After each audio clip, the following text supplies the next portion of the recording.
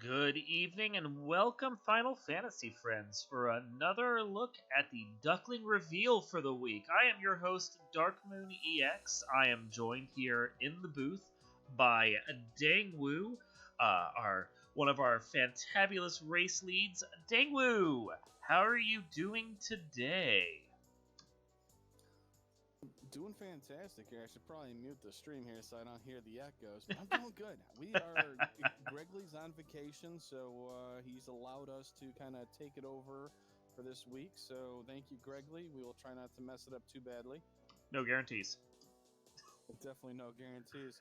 So I guess we should start off by showing the flags here, kind of going over what we got. So there you are.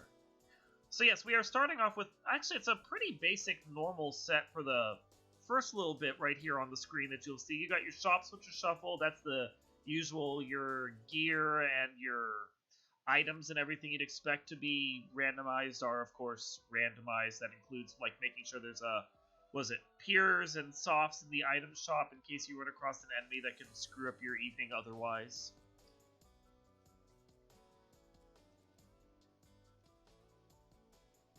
yeah, most of the stuff, this is from the spring tournament.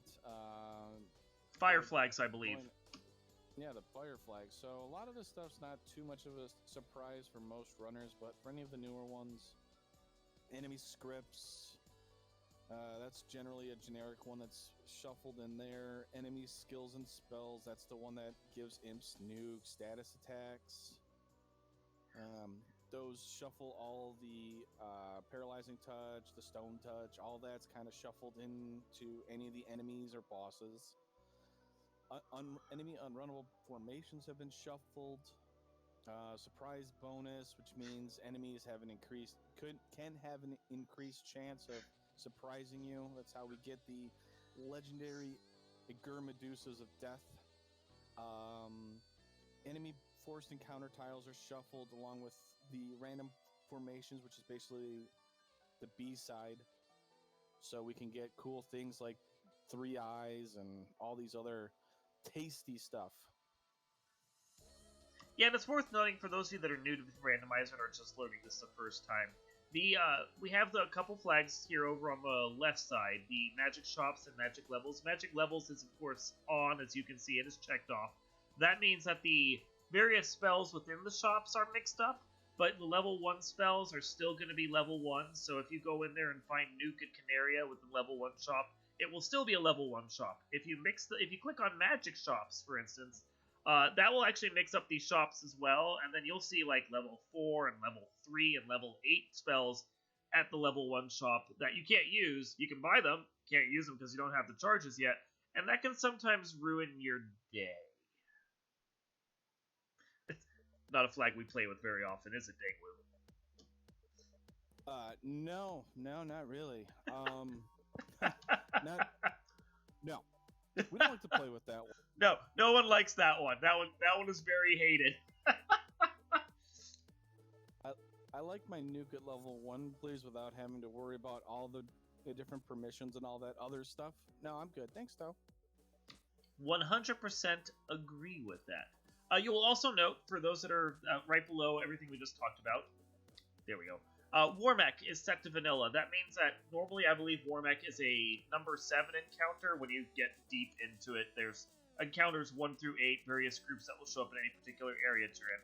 It's good to know that Warmech is vanilla, which means that when you're on the bridge leading up to Tiamat, what we often call the Bridge of Destiny, Warmech can show up there. He's a random encounter only on that bridge. We don't have the various other modes set up, such as patrolling, or required, or unleashed. Right now, he's vanilla. If we see a Warmech, it's because you prayed for him, and he shows up on the bridge. That's always nice to find. I like to try and find them. The 8th encounter. What do we got here? We got item shuffle. We got the generic treasures that just shuffles all the vanilla treasures that are now in random chests. Main NPCs like the king, the princess. Yeah, with the required to actually beat the game is shuffled. Yep. It is worth noting with the treasures that they are shuffled, they are not randomized, so you're not going to, like, there are 3 ribbons in the main game. The shuffled version is still going to have 3 ribbons. You're not going to get more ribbons or less ribbons, so everything that you're used to being in the game is still in there, just in different locations.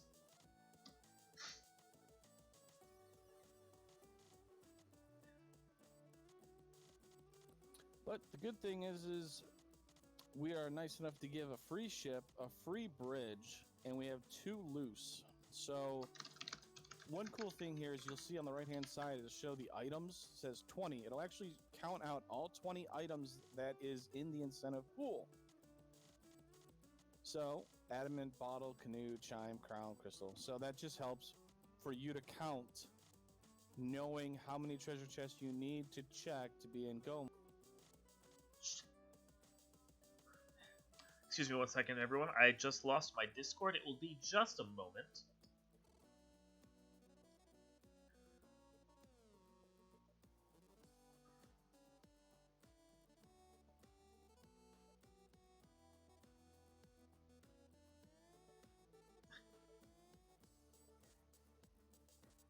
I'm so sorry about that, Dangwoo. You got cut off halfway and my Discord crashed all of a sudden for no good reason I can tell. So, as you were saying. It's all right. We got the 2 loose. Basically, the items on the right kind of tell you how many are in the item pool. You just have to be able to count the required items if it's not random floor and all that stuff. It's easy. You just got to pay attention to being able to have the chime, the cube, the key, the loot, the oxiel, and the rod. Once you have those are your go mode. Yes. And yeah, it's a pretty standard setup right now for the game. You know, get what you need, get through the game, kill the 4 fiends, go and kill chaos, everything that you'd expect there to be. And then, you know, in this particular set, you're gonna have to go to Ice Cave, you're gonna have to go to Ordeals, you're gonna have to go to Titan, and you're gonna have to go to Volcano. Check those 4 and see if what you're looking for may be there. And we say may because of the fact that there are some items in there that you may not care so much about that are in the pool and could show up at incentivized locations. Well, so let's move it on down here and let's take a look at a couple other things here, and we'll get these runners. I guess we should also mention here we do have a race we're going to have. It's going to be a rematch between Burt Reynolds and Ragnarok, the 2 off streamers, Cheesinator and Thunder. So you'll be able to see kind of what our runners are going to do here. Isolated, we have no entrance shuffles, we don't do anything crazy. We've got Castle Ordeals pillars, no longer all bottom pillars lead to the exits. Titan's Trove, we just move over the Titan so you can't just freely check his armory. Lefanish Hospitality, that puts a clinic in Lefane. And an inn. And open progression, that allows us to go to from Ice Cave to Volcano. It puts a dock on the Onrak continent and a dock at the Ryokan Desert. Ryokan, I believe, is I mean, not Ryokan. Yeah. I meant the Mirage Desert. You still have to find the canoe to be able to get over to the Ryokan Desert and use your floater when you finally find it. And we made it easy for you. Our early Sarda items, early Sage, early Ordeals. Basically, you no longer have to defeat the Vampire and Lich to talk to Sarda or the Sages. And early Ordeals doesn't require the crown. Yes. So moving on down. Yeah, yes. Got a couple scalings, nothing overly fantastic. Enemy stats are enemies have to double other values. Original values. Bosses are a little bit less, a little bit more. Yeah, and max values. And the nice thing about that with the bosses right there is the fact that the 230, that seems daunting, but when you consider the fact that it's also mixed in with a 43% and it's a per stat for each boss. So their health, for instance, could be all the way up to 230, while their absorb could be down all the way as low as 43. So it randomizes every single one of their stats to make the bosses really wild and weird. So don't be too daunted by the fact that you're seeing 230 like, oh my god, the bosses are going to be terrible. There's a good chance they're probably not. Yeah, That's one thing that's very interesting about it. Each of their stats are individually randomized. Experience boosts, it's going to be a little bit low in the early game. It's not going to be too crazy. 5% per key item. Outer World and Dungeon Encounter rate set that way to kind of make it kind of similar. I'd heard that. The RNG or the encounter table kind of gets messed up between Overworld and Dungeon, so it kind of allows you to do to manipulate things. Yeah, having it this way, it's a lot more similar.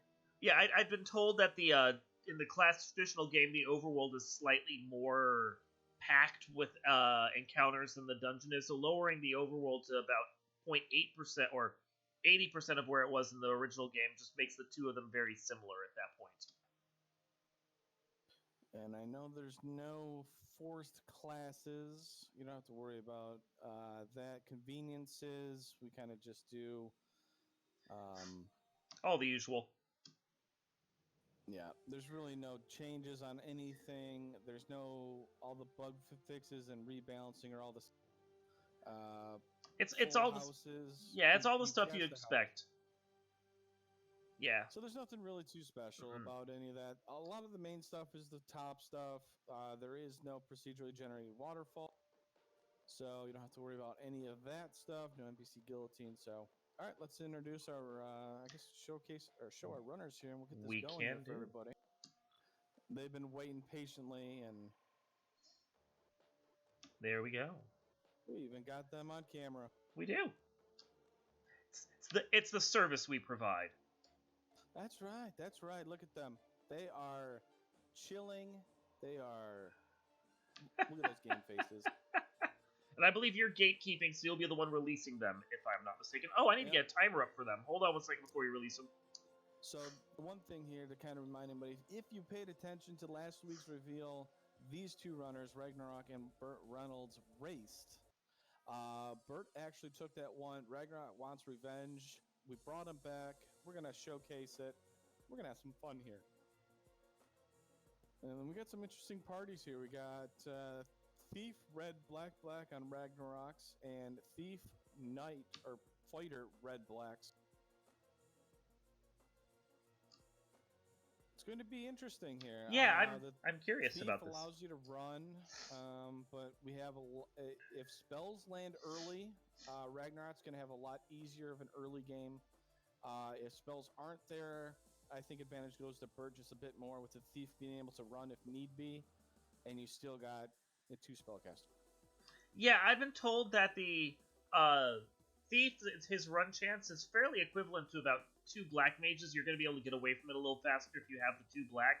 So I can totally respect the idea of just taking 2 black mages instead for the extra attack magic and not worrying. And look, nuke! Didn't you purposely roll away from a seed that I had because it gave them early nuke? And look at that, early nuke. I tried to. Apparently it didn't work. Apparently it did not. No, they are going to have all the nuke they want right now. That's Jet Seed reroll. Burt hasn't started yet. Oh, there he goes. He may have been lagging. He wanted to give Ragnarok fighting chance. He wanted to give, yeah. Yeah. You know, he is a gentleman and a scholar. Oh, he's going to instantly reroll. Wow. Ooh, Imps with sleep. That makes it exciting.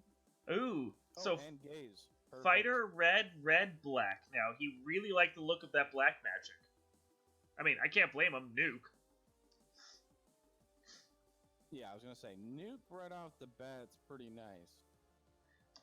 Just go the spell zap route. Just take yourself a thief and a black mage and then 2 nuns and be good to go. I think I also saw gold bracelets.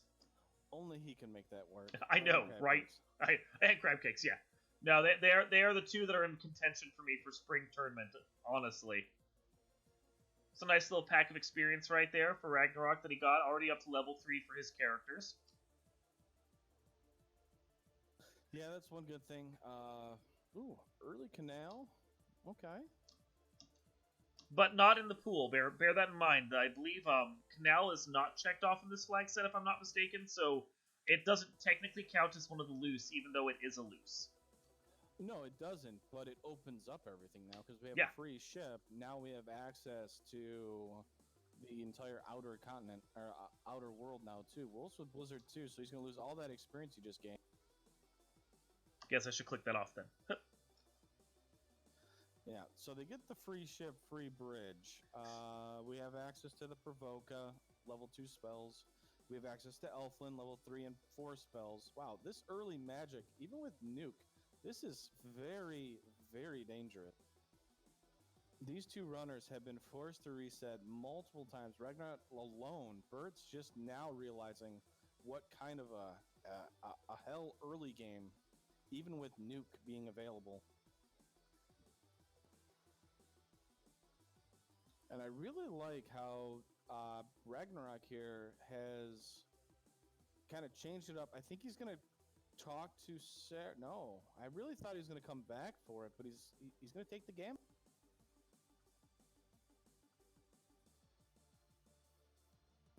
Gonna make that gamble. Wow, pays off big time there. Nice long run. That makes it easy. We get an Oxyel. We have access to it, and we have Adamant. Wow. That's quite a little bit of selection right there.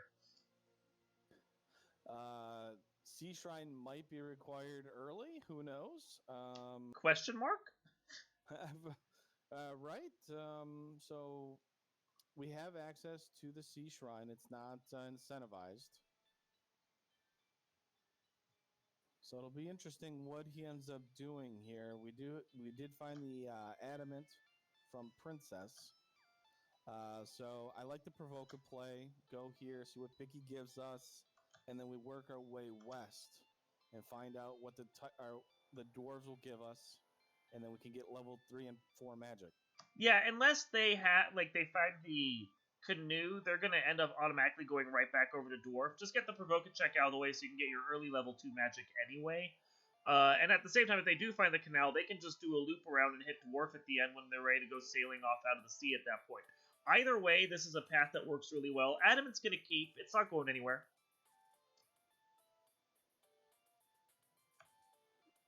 Now, it's really it's nice. We should probably highlight this by Burt Reynolds here. Because he re-rolled it to red, black, the red mages have a better health growth than the black mages by far. Early floater, we don't have canoe, so we can't get the airship. But with those two reds, though, if we get some decent fast and tempers early enough to go with it, those reds are going to be a lot better off than what Ragnarok's two black mages are, just from the prospect of HP growth.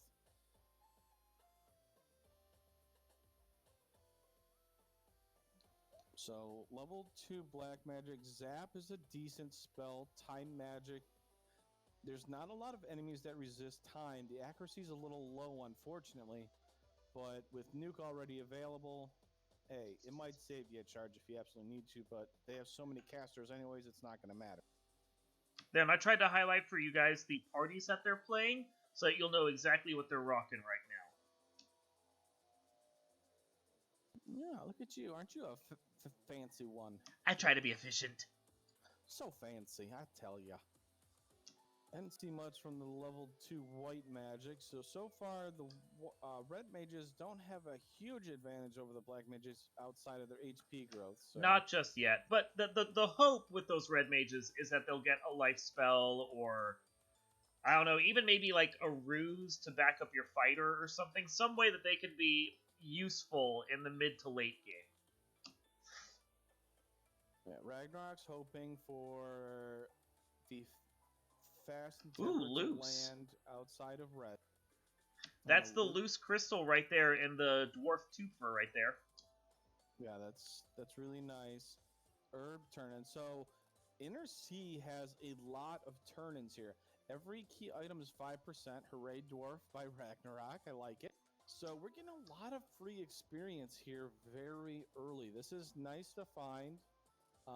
I wouldn't expect it in most cases when any of you that are watching this right now, I wouldn't expect it because this is a lot of free experience we're getting really early too. And Bert's gonna actually go to Matoya's first. I like to play, but us watching, it's a very unfortunate play because he's going to have to double dip back into Matoya's. I just realized I totally didn't set their timer. I'm going to just remove the timer from it because that's just distracting to me at this point because I can't actually change the time on it because my timer sucks. I am so sorry, guys. Just grab it from one of the runners. Yeah, I'll see if they have one up and I'll use that one instead. So Bert does a smart thing, saved it a little bit ways down, resets out. We call that a veteran move. I have something for that. Time, found that Matoya didn't have anything, resets out. Unfortunately, though, he's gonna. That's right, the veteran move right there. Ooh, free ribbon. I don't think Ragnarok's found that yet, so that's a nice find there. But to be completely honest with you, enemies that were kept killing them, I don't blame our runners for not checking those out. Matoya gives us the crown. Wow, more early inner sea experience and key items. This is great. And it's actually very good routing by Ragnarok 2 because he's got to turn in the herb now, and then he's going to go up to Northwest Castle.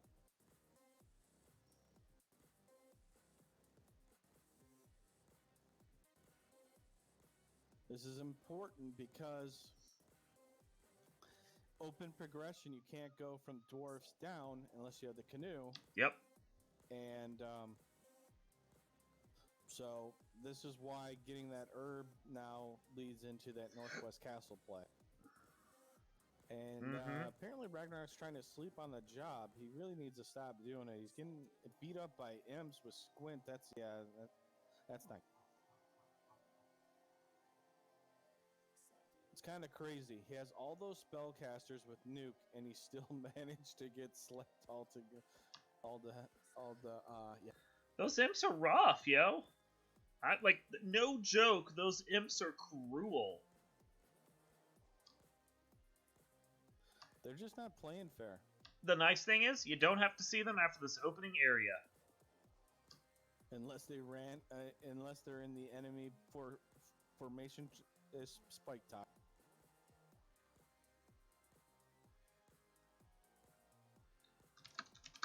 Unrunnable Sahags and Odd Eyes. Perfect. Make the sailing of the high seas annoying. just that one little extra stab to the gut for them, you know? So I will assume that Bert went and got the crystal. Yeah, there it is. Okay. His stream lagged just a little, so I missed him opening the chest, but he was a gentleman and let us see it afterwards. He's such a nice guy, you know? Yeah, he's great. So this is really good here for Ragnarok. As I said, he's going to get his herb turn in here. He's able to cycle in. He picks up a slab. Wow. Okay. This is an all over the place seed already. You got that floater early. Hope you didn't want to use the canoe for it anytime soon, because we haven't given you that yet, guys. Sorry. Ooh, Lock 2 and Brack.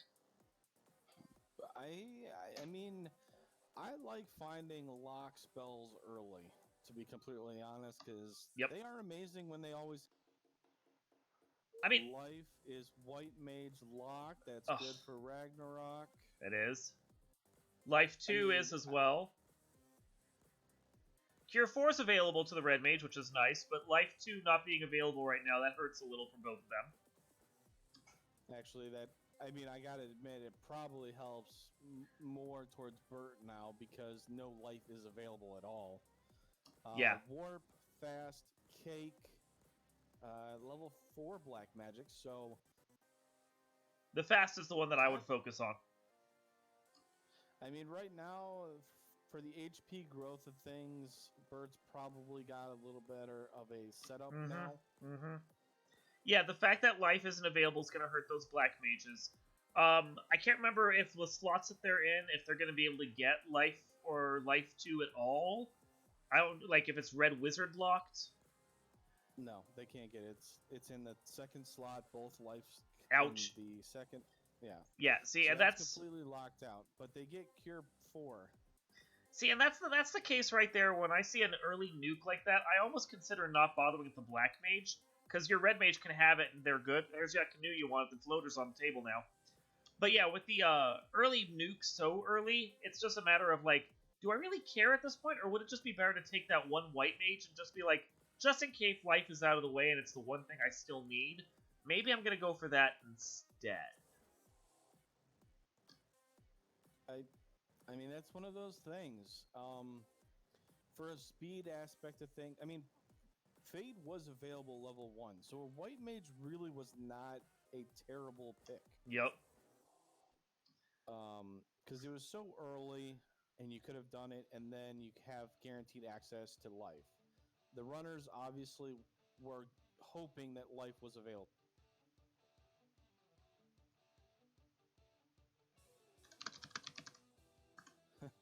And Bert here getting picked on, sleeping on the job, just like Rag was earlier.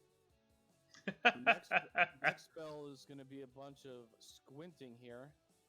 But we got to nuke out. Radioactive imps are gone. See you later.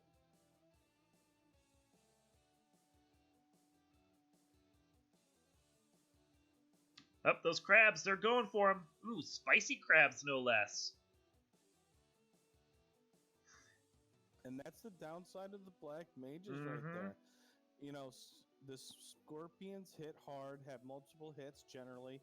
They're going to eat away your casters. Yep. Red mage is not necessarily going to do much better, but with the HP growth, they have a potential chance to do better. Did I just see, like, I admit I was focusing on Ragnarok just a little to keep an eye on what he was doing for his progression for his floater, but did Bert skip out on the herb and checks and all that and hasn't gone through that? Because I didn't see him wander over to Northwest. He's immediately... Yes. Okay. But he's going to the south side of Elflin. See, that's smart. So he's doing it a little differently. I like it. Unfortunately, because we, as the commentators in the up high, I guess if you want to say it in this broadcast booth, we know it's kind of not the ideal play because it kind of wastes a little bit of time. Yeah, because if he wants to get back over to Northwest, I mean, he's going to have to walk across no matter what. Then he's going to have to walk back to his ship, and then he has to figure out where he wants to sail it. Yeah, long term, it doesn't really help him. I mean, it only hurt him maybe, what, a minute tops? I mean, it's not... 30 seconds, yeah. Yeah. Interesting walking out the long way from the castle. Yeah, well, you know, he's trying to get his... Gotta get his steps in. Yeah, gotta get his steps in. He's got his Fitbit on right now. All right, so we're gonna get the early Sarda, which is what we highlighted in the reveal, or in the in the reveal. We are able to talk to Sarda without defeating the vampire. We get the opal bracelet, and it's important because of that floater. He also did, and floater and canoe to get the airship. He also didn't have to deal with the Titan to get through to Sarda on the other side, so he was able to do Sarda way early in comparison when you might be used to it from the vanilla game. All right, so looks like yep. And Rag's gonna go to Melmon. I like the play. We have the slab. We'll get it translated. Gets that out of the way. So it's worth noting, Ragnarok at about 14 minutes was in the air. He's got nuke. He's got a good portion of the key items out of the way. I mean, I don't want to commentator curse here, but this is one of those setups that very much does feel like it could easily be a jet seed. Exit is locked out. Okay, that hurts. Third slot in white magic, so exit's not available. Warp was available. Warp is useful. But we got to get to level 8 with our black mages, or level 10 with the red mages to be able to use warp. That'll help allow us to go into Ice Cave a lot quicker. I mean, you just find a bunch of those unrememberable stay hags, you'll get those levels eventually. It reminds me of the South Park episode. Let's grind at level 1 boars. I remember seeing that episode. We'll just stay here till level 99. It'll be fine, guys. And Burt Reynolds gives us a thumbs up as he finds out Astos has the canoe and realizes that he probably shouldn't have taken that ultra roundabout way. So we're going to March. This is not incentivized. So what you're saying, Dangwoo, is that Astos was a sports store retail worker the whole time. I guess. Yeah. The, he must not have been a very good salesperson because there's nobody except for bats hanging out with him. So he must not have done a very good job with that I'd uh, I'd make the argument. advertisement of the canoe. I'd make the argument though he was a good salesman. Those are repeat customers. Okay. he was actually so good. So good. Yeah, he was so good that he didn't have to have any more customers come in because of the lifetime guarantee he Yeah. had with those. Yeah, it's like Costco. He had paid memberships from them. It was fine. Got a light axe over there as we get back on topic. Light axe at this portion of the game, especially with him diving Marsh Cave, that's useful. He of course resets out of it because he doesn't want to walk it back out. But this is one of the few places with how weak the undead is here where that light axe is actually useful. I mean, the light axes in general, Well, the ability to cast harm, great. Well, and plus, even I was gonna say the attacking. Yes, that was what I was going to mention. The fact that it's equipable by your knight, and I don't think they have anything better, do they? No. Ragnarok hasn't bought anything. Weapon-wise, so that would have been a very good weapon to at least start with. It's a good early to mid. Yeah. Yeah. I mean, your spells up, you can make that work, no problem. Oh, straight to the end game. Take out Chaos with a tempered light axe, no problem. I also note they have the rod. I didn't see where they found the rod. Rod was from Sarda, wasn't it? No, Sarda had the opal. Was that the sages? Did he check the sages? Yeah, sages. Okay, that must have been the sage item. There we go. You can tell we're professionals. We figured this out eventually. I remember them picking it up, and I was going to comment about it, but I was like, it's just a rod. It's only required. But we found a second ribbon, though, so that's a nice pickup by Ragnarok there. Does the spicy check to go down into Marsh Cave that's not incentivized.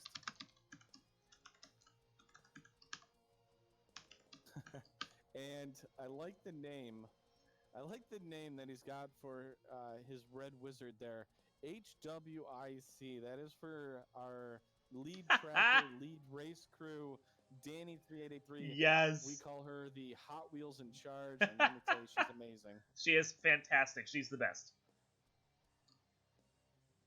And to confirm that the rod came from the old man, Bert has showed that to us. We appreciate that, Bert. Even if this Marsh dive doesn't actually return anything on the investment for Ragnarok, he is still the hero of our hearts for coming here. He's got to get out. Ooh, a black shirt. I mean, I like that. That's a good gold style gold bracelets level equipment piece. Also gives time protection when you can finally equip it on your black wizards. I'm not sure it's worth walking it out, though. If there's nothing else here, just get out of here. It's actually pretty worth for Black Mage, especially for him, since the Red Wizard, he can give the Opal Bracelet to his Red Wizard, or the other Black Wizard, I guess you want to call it. And now his Black Wizard, the one he wants to really protect, will have protection from time and ice. So, well, yeah. And a gold bracelet equivalent absorb. So it's fantastic, yeah. Get out. Exactly. It's a fantastic piece of gear. If I had the means to get out, I would, but he's got to walk it out now for 2 more long floors, and just about everything in here, as you'd expect from Ambush Cave, is ambushing him. 45 on that Black Mage. Oh. Would have cast a nuke. Oh, yeah. Jeez, with the run. Oh, he got it. He got this one. Oh, woo. I mean, this is the important thing with Opal bracelets or armor in general, okay? So absorb works with every hit. So gargoyles usually have multiple hits, and if you don't have any sort of absorb, they hit like a truck, just like a Gur Medusas. If you don't have absorb, each of those hits add up very quickly. With that absorb against those gargoyles for 3 hits, that minus 34, whatever it is. I believe the opal bracelet has. It's subtracting that much damage out of each hit. It's amazing. So Bert was over here at the Cardia Islands, which I only just noticed because his this desperate black mage run was getting most of my attention. Because wow, he went into an island, reset out of it after seeing some of the treasure he didn't care about, and then went back into the same island because he realized there was 9,000 gold on the table and he wanted it. He made it out. Oh, he took the extra step. The greed step by Ragnarok almost cost him there. No, he did save. He got out. No, I know, but he took that extra step once he got out of the marsh pit. Yeah. For anybody out there, if you get out on something like that, never take that extra step. No. Save it. Yeah. Because I have seen so many racers that took that extra little step and they ran into an imp with like nuke or any kind of high AoE damage spell and just killed that person.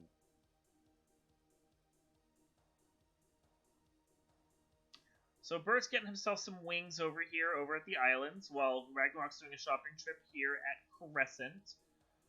Considering what they have and where they're at, I mean, Earth Cave is on the table, but no one wants to do Earth Cave. Volcano is on the table, and Volcano is incentivized. I mean, of course, you have Ice and Ordeals as well. I mean, where would you go next at this point?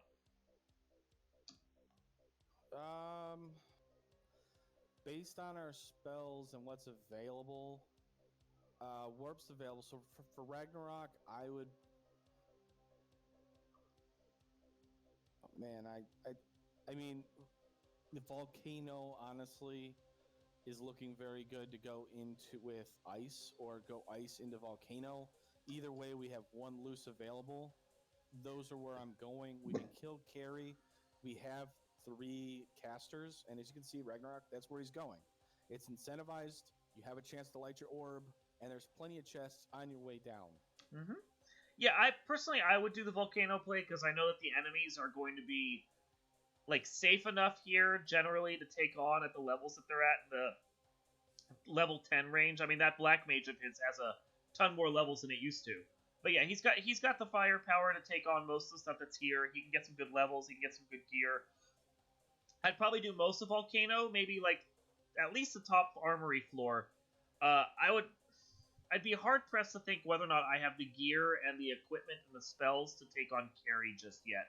But even just an armory dive like Rags is doing right here is probably good enough for getting the levels in the gear you want for Ice Cave.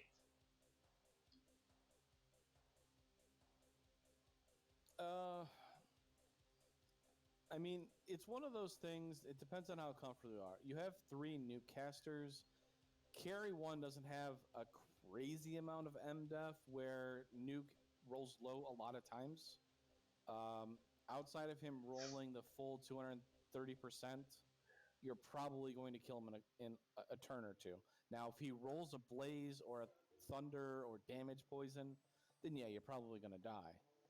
It's one of those things. Do you take the risk? It's a gamble. You do, yeah. The gamble would be worth it if it works.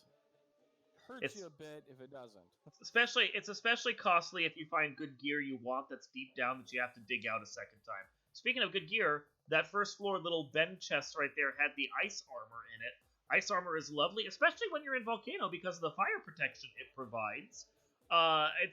It'll be good for him, and that fighter is coming a little more online every step of the way. Yeah, with finding that ice armor, and even with this tile right here, I would take a couple fights of this. It's a good tile. And I would warp out, go to Crescent, save because he doesn't have any houses, and then do the continuous dive down into Volcano. Because now the Carry fight is going to look a lot better with those extra levels. HP values. Yeah. Extra levels, the armor. I mean, it's a good tile for experience points. Like the Nightmare or Batman tile is decent. It's not necessarily a great tile in this particular context, because I think I saw that the Badmen have Cure 4, and the Nightmares, I want to say ponies, but yeah, ponies nonetheless, they have Scorch. So it's not the friendliest tile, but it's not the worst either. I mean, Scorch doesn't do much. It's more of an annoyance. It wastes your time. It doesn't do much except for the fact that the black mages have no health. So Lefane gives us the ruby. That is incentivized. Bert makes the play. I like it, and I don't like it all at the same time. Just because we're not really doing a whole lot else while up in this upper continent. He's doing something. He's using his nuke charges and taking out the guys that are along the way. These are Peninsula of Power enemies, essentially, and he's getting some early levels that he can use along his path. Do a little walking grindways at it. I kind of like the move. I mean, I like it and I don't like it. It's one of those weird things where you're trying to find, when you go into that area, you want to do it while doing Mirage, or if you're doing it when you have the bottle. I mean, I feel that. Just making that trip, when you're making a trip by just solo to just do it, it just feels bad. Now, flip side, if there's Chime or Bottle lurking here in the Titan's Trove area, then suddenly that play seems galaxy brained. Okay, TNT. See where TNT leads and see if he was playing the long game here. I mean, and as you said, it does give him the levels, which is, it's nice if the enemies play nice and you get a lot of Tyros and you get Zombles. He was getting some decent wings off it. It's the loot. Useful, but not progression right now. Yeah. He'll lead at long play. So... yeah, it's the really long play. At least now he won't have to remember, or he won't have to worry about forgetting about talking to the Lefanish people. Yeah, in that respect, it's useful. It gets it out of the way. It's not something he has to worry about. It's one more checkbox to check off of his thing, and he can move on with his life. And now that he's in the area, he can come here and do Ice Cave and use the decent little hero run. That's impressive right there. Woo! It's one floor. Did you see that reaction right there? He's just like, okay, I'm still running. That's... yeah. Wait, what? Oh my... That was like... You don't see this normally ever. Easily 2.5 floors right there. You want that hero run when you're going in for like a boss. 5 to 1 says he's sitting there going, okay, how deep into the encounter table am I? Can I use this to my advantage in the future? That is amazing for Waterfall. If that's easy to find, that's an amazing. So Thorhammer's in the Ice Cave. Ooh, Excalibur, okay. Excal's nice, but the Thorhammer itself feels like a bit of a womp womp. Yes. Especially with Nuke being level 1, the Thorhammer kind of loses its luster quite big. That said, he spent like no time getting down here to get that Thorhammer, so long run, not a huge deal. And then he's greeted by a grindable steak and wings platter. Katana find. Unfortunately, nobody has. Who has a thief? Or ninja, I should say, since it's ninja required only. Yeah. No, Ragnarok, go back. That's not the chest eject. Go back. There he goes. He got it. He's on it. Good man. That's one of those weird... that room right there looks a lot, or very familiar to the other one that's right above it. So it's very easy for you to kind of overlook it sometimes. Yeah, or do what I tend to do, which is you go in there, and then you're like wandering around. You're like, wait, did I check this room? And you go and you check it again. You're like, oh, never mind. Wizard Staff is a great find, especially with this carry dive. Reasons behind it is carry has a weakness to status effects or spells. So with it casting Confuse, it has a decently high chance of landing. Yep. Making carry early kills a little bit easier. A little easier, yeah. I think I want to say it's like it's similar in line to Brack or Bane. I think she's got like a 24 to 33% weakness to being confused. So if you cast it enough times, you'll get her. and then she'll basically just punch herself for a while you do whatever you want to her. Ooh. Now, one thing that's interesting. Oh, okay. Well, okay. So much for that ice sword we found. I But know, right? one, if he wouldn't have found the Masa, I would have said you put the wizard staff on your knight or your fighter. Since the fighter with an ice sword is really not going to do a whole lot against carry anyways, and your casters are going to be constantly casting nuke, you just have your fighter cast the wizard a bunch of times and hope that it confuses while you're Agree. just nuking them. Yep, agree. The Gurpeed that looks like a peed. This is a So lovely Bert- tile. right? So the good thing for Bird is he did the warp trick. He's only gonna have to do one cycle. Pro ring, very good. I'm Gives liking us resistance to death. honestly liking this zombie D tile too. If it wasn't so deep in here, I would say it would be a really nice grind. Bottle comes up from the zombie Ds while we're here. It's one of those tiles where you're sitting there going, I could sit here and actually like power charge those for a while because they didn't seem to have that much health. Well, yeah, but I mean, it's He's one of deep those in. weird Yeah. things. Yeah, it's one of those weird things. Unfortunately, he's got to have those spell charges. Exactly. For carry. Yeah, and if it was like higher up, if that was like the fire elemental tile or the agama tile instead of being this deep in when you're right over by carry, it would be an absolute grind. I would be on board with that. Where they're at right now. Interesting here, Bert here. Sorry, no, you're fine. Just an interesting choice here. I feel like Bert's watched a lot of me play because it feels like I'm playing this game while watching Bert here. He's gone from Lefane down to Ice Cave. Now he's gone back up to Ordeals. This is like my pathing right now, and I have to applaud him, but at the same time, trying to say, don't do it, Bert. Dang strats. No, I think if I had to guess, he's probably done the math, and he's like, I don't feel comfortable with carry, and I'd rather get more key items and then more experience from having the key items, so that I'm ready and more capable of going into carry when I do the carry play. Although carry apparently is made of tissue paper. Yeah, we didn't get any high roll or crits, if you want to call it, the nuke cast, but the Masa proved once again that it is the superior sword. Certainly in comparison to an ice sword. It's a fantastic sword, and with the scaling we have here, the Masamune is pretty much going to carry this game right now as far as what your fighter is concerned. Like, if the scaling was higher, or if we had clamps on, the Vorpal could come into play, but...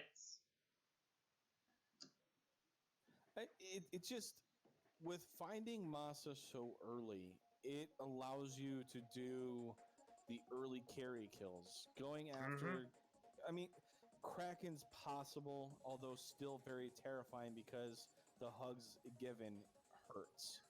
Yeah. You know, Tiamat becomes possible, a lot more possible compared to Kraken because generally Tiamat doesn't hit it generally as hard. But at the same time, Tiamat's weakened against poison spells, so Brack and Bane, you can generally use those to kill with Tiamat anyway. So Ragnarok's going to get the fun of that Thor hammer, which he's not going to care too much about. And the X-Cal, that's suddenly a whole lot less spicy for him at this point. I mean, yeah, you class promote, maybe you give your knight the Excalibur. Excalibur does really well early. It does. I mean, it's still a very good weapon. Then you can give the Moss over to your Red Wizard, and now you have 2 attacking champions if you really need to. Yeah, the X-Cal is almost an end game level sword. Like, it'll carry you through most of the end game, right up until it suddenly doesn't anymore against Tiamat and Chaos, who just shrug it off like it's nothing.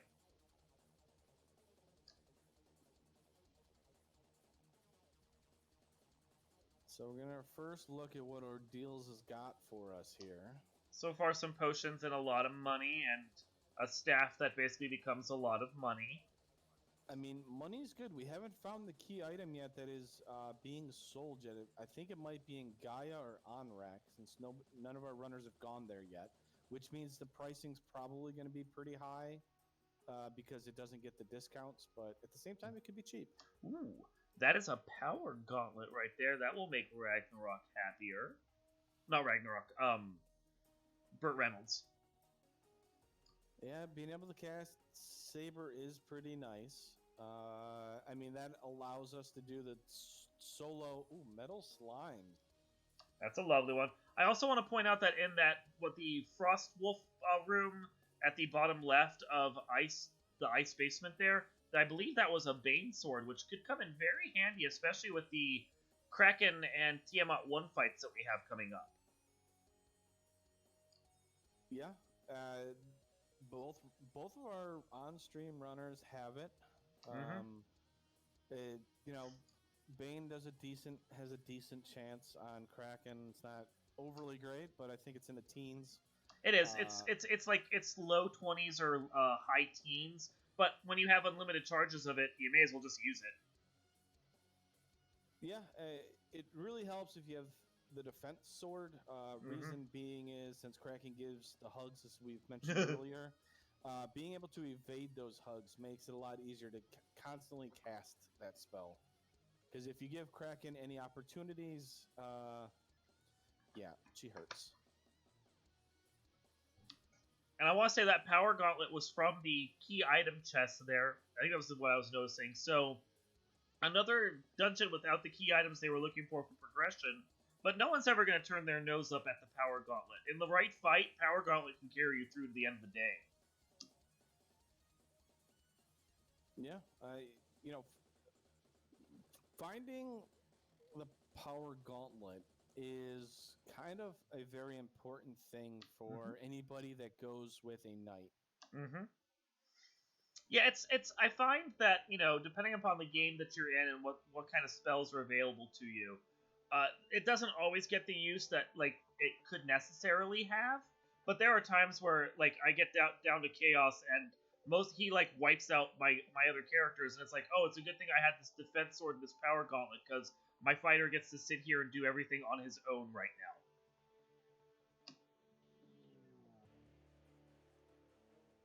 Pro ring pickups for Ragnarok. I like it. Smart. Get our characters resist death.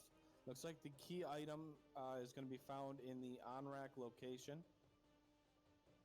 Which apparently is exactly where Burt Reynolds is heading.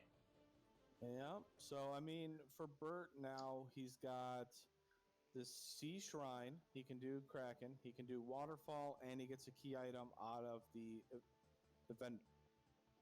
And it's the cube.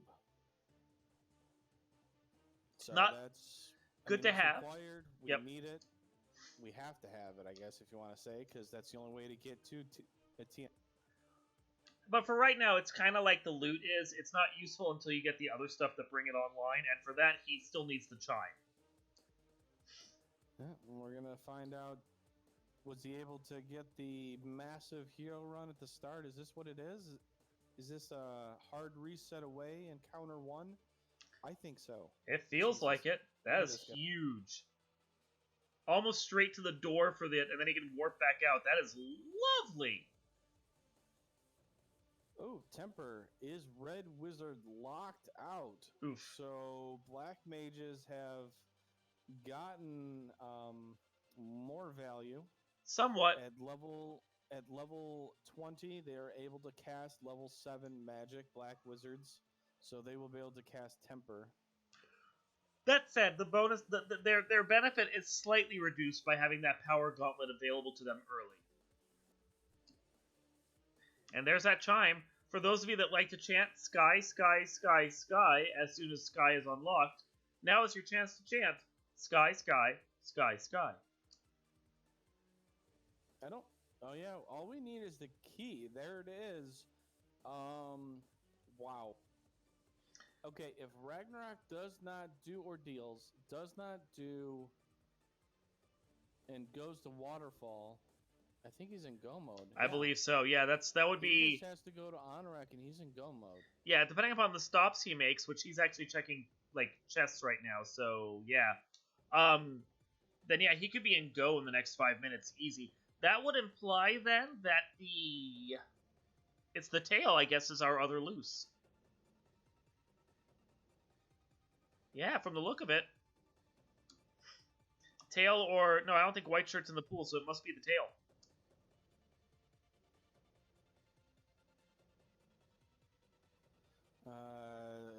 Yeah. So, I mean...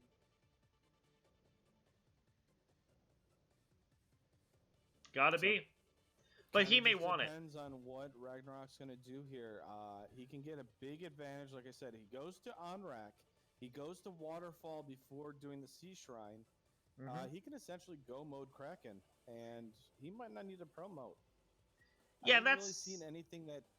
I haven't seen anything that really screams, I need a promotion. No. The minus a temper, I believe. Well, Black Wizards can learn temper at level 7 still. The big concern would be whether or not he feels like... Oh, there's his third ribbon. Big concern would be whether or not he feels like his gear is online. Because bear in mind, he hasn't found, like... He's got an ice armor, but he doesn't have even, like, a fire shield to go with that. He may want the dragon and be able to promote so he can get it. The Mazamoon is great to have. That helps to lower the chance that he needs to promote a little from there. But there might be some spells he wants. There might be some gear that he wants. If he goes go mode right now, he's basically throwing all of that on the floor and just praying that the chaos is not going to be too bad. Well, one thing for anybody that needs to know this is one of the things, if you're ever going to be good at this game, and if you ever want to win, you have to be able to take gambles. I thought you were just going to say don't play like me, but... No. Just in general, if you want to beat the likes of a Spellzap, the Shadow Walkers, the Crab Cakes, the Edgeworths, it takes obviously practice, but it takes, the cojones to dive into Temple of Fiends Revisited with no ribbons, not having a dragon armor, a lot of the safety stuff that we take for granted, you have to be able to toss those out and dive Temple of Fiends Revisited, and I guess hope for RNG. You've got to play what spells you have properly and react accordingly. Yeah, I fully agree with that. It's I'm getting into that phase where I can do more gambles and do some things, and sometimes the gambles pay off, and suddenly I'm in like first or second place for a race. Other times they don't pay off, and then what should be an hour and a half seed if I just played my normal way becomes a 2.5 hour seed because I'm checking everything but the place I gambled on. It happens. I mean, with 2 ribbons already with his party, I'm already feeling good. I gotta admit, with what he's got right now, yeah, I want a shield because shields give a decent amount of absorb. But I'm feeling pretty good. The only thing I'm worried about is finding about that temper. If the Black Mages can learn that temper charge at level 7 in that second slot, I'm golden. Because against Lich 1 or Lich 2, Carry 2, I'm casting Nuke. Even against Kraken, I might be just casting a couple temper of fast and Nuke charges against her. And then against Tiamat 2, it's going to be all tempering. And we basically just want to out DPS the Fiends as quickly as possible because for Ragnarok, our Black Mages can't survive long. We don't have the Invis 2 charges. We can't protect them, so we have to out DPS them or outburst them, if you want to call it. Yep. And note, Ragnarok right here has decided the metal slimes are highly worth it, and he's doing a metal slime grind. They're worth a lot of experience. He's picked up a lot of key items. You might as well. Like I said, the Black Wizards need HP to survive, and he doesn't know it yet since he hasn't made it to Gaia yet. But temper requires Black Mages to be level 20.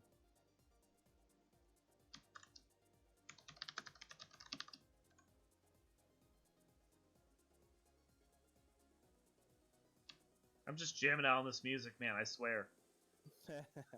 But Bert, just slowly, he's already level 20. He's ahead of Ragnarok by a little bit here. The edge that Ragnarok has is... I was gonna say the edge that Ragnarok has right now is on a couple key items that Bert didn't have, and on the fact that he has an orb. But both of those are gonna fade away pretty quick if he keeps checking places that Bert's already been at. Well, now that he's done ordeals, we were hoping Ragnarok didn't check it, but I mean, you kind of just go there just because it's ordeals. Yeah. Ooh. If you look at your key items, you realize you only need cube, you only need loot. No, Ragnarok! Don't nuke the blue rare steak. Eat it. Just eat it straight. Oh, the T-Rex! I'm so glad the 8th encounter has been fixed. Yes. It's lovely to see the T-Rex. He's worth a good amount of money. Ouch! Our Aunt Kilos wanted nothing to do with that night.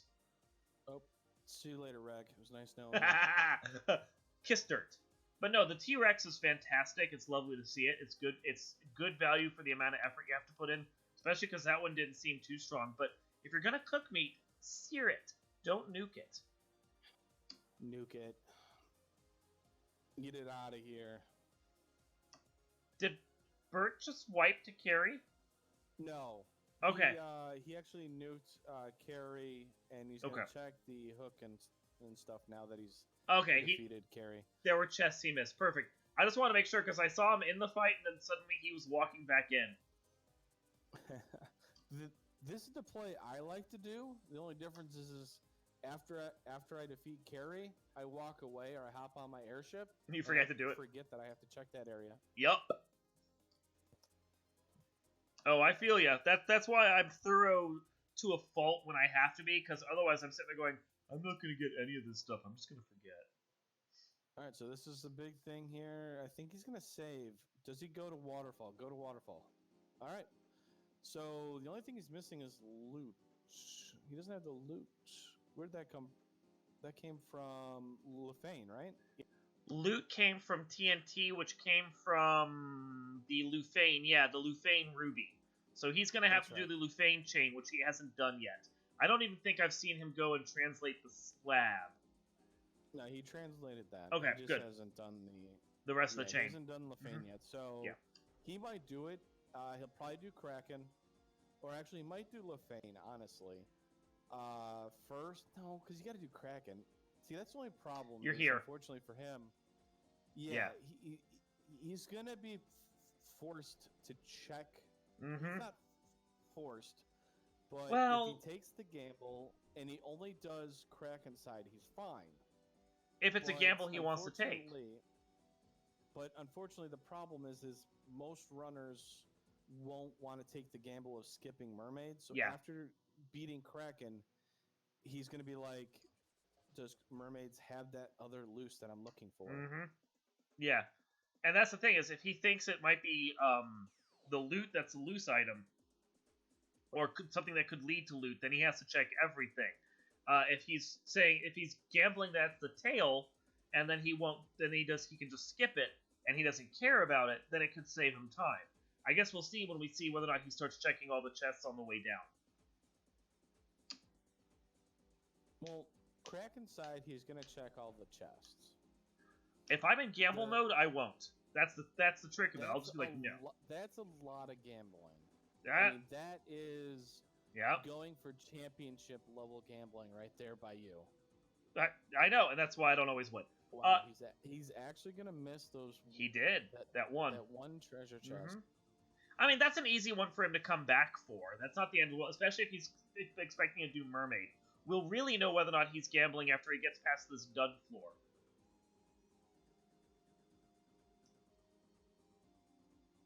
Alright, well, Bert's going to get his go mode here in about 3 seconds. 2, 1.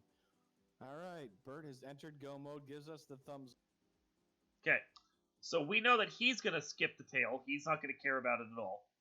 If he's giving us the thumbs up, then that means he's ready to roll. And he's off to Sky now.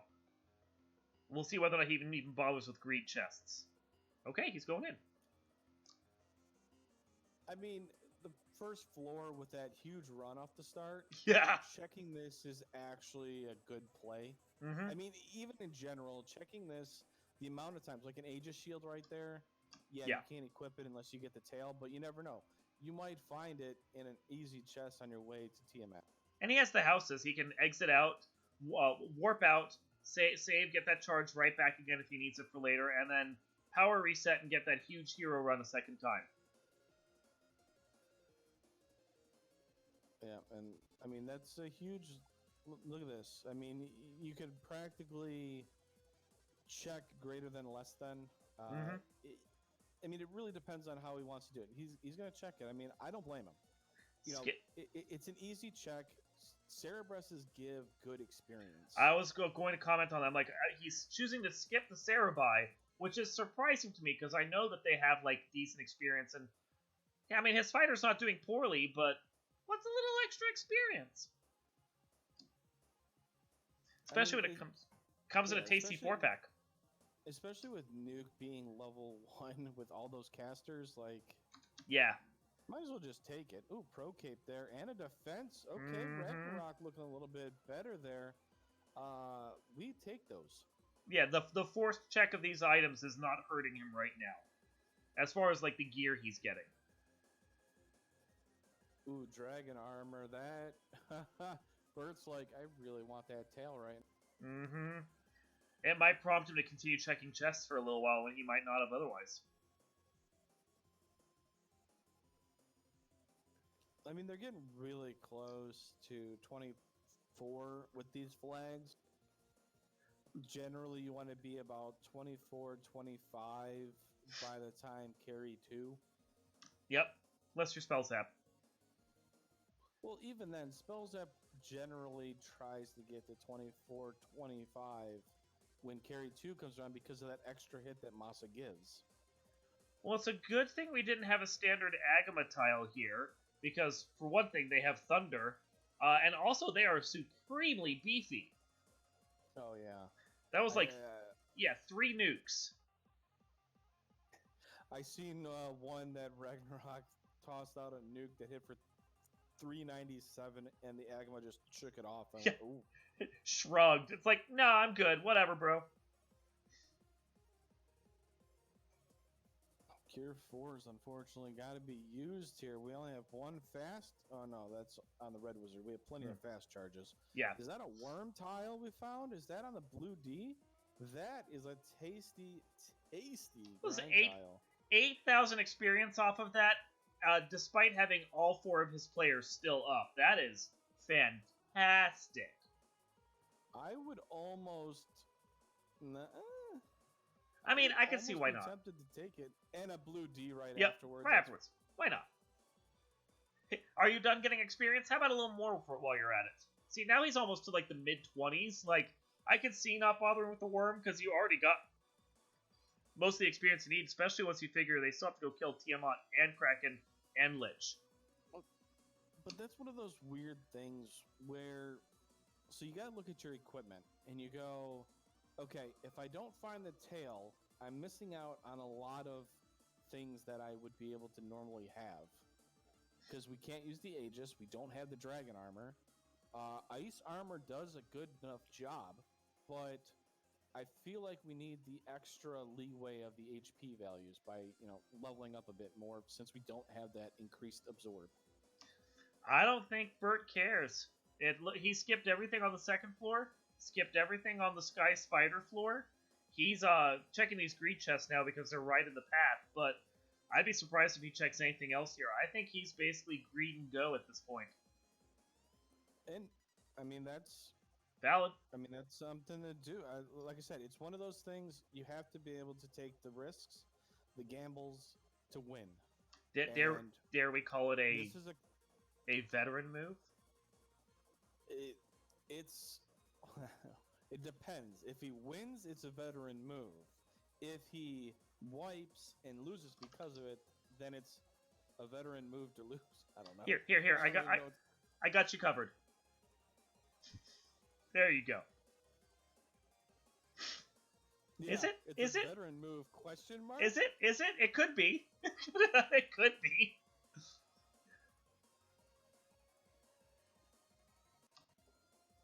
Yeah.